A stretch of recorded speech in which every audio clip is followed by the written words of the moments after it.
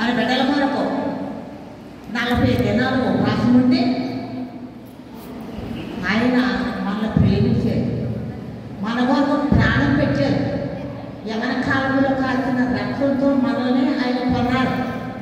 ఆయన కొన్నందువల్లే మనం సజీవులుగా ఉన్నాం. ఆయన ఎంత ప్రేమో మనకు తెలియదు. అయితే మరి చనిపోయి 3 దినాలు మరి సమాధిలో ఉండి ఈరోజు తెల్లారుజామున ఆయన లేచి ఆరోహణమయ్యారు పరలోక రాజ్యాన్ని.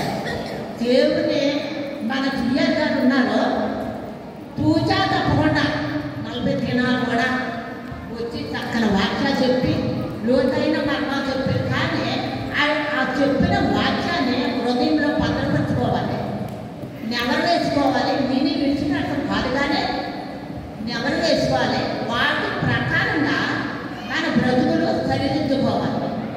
మన వేసే మన కొరకు ప్రారంభించారు. మనం ఎన్నో వాక్యం హృదయంలో భద్రపరచుకోలేమా, అది మనం గమనించాలి. ఈ రోజు మన కొరకు మరి సమాధి చేయబడి 3 దినాలకి మన సమాధిలో ఉండి పైకి ఆరోగ్యం అయ్యారంటే గొప్ప సంగతి. ఆయనని అనుదినం కూడా మనం పూజించాలి, అనుదినం కూడా ఆయన జ్ఞాపకం తెచ్చుకోవాలి. ఎవరు వేసుకోవాలి. వాక్యం విని విడిచిపెట్టడం కాదు, చెవిని విడిచిపెట్టడం కాదు, కానీ విన్న వాక్యాన్ని భద్రం చేసిన వాక్యం ప్రకారం మన బ్రతుకులు సరిదిద్దుకోవాలని దేవుని కృప చొప్పున మరి చిన్న మాటలు దేవుడు దీవించడం కాక చక్కని శుభాలు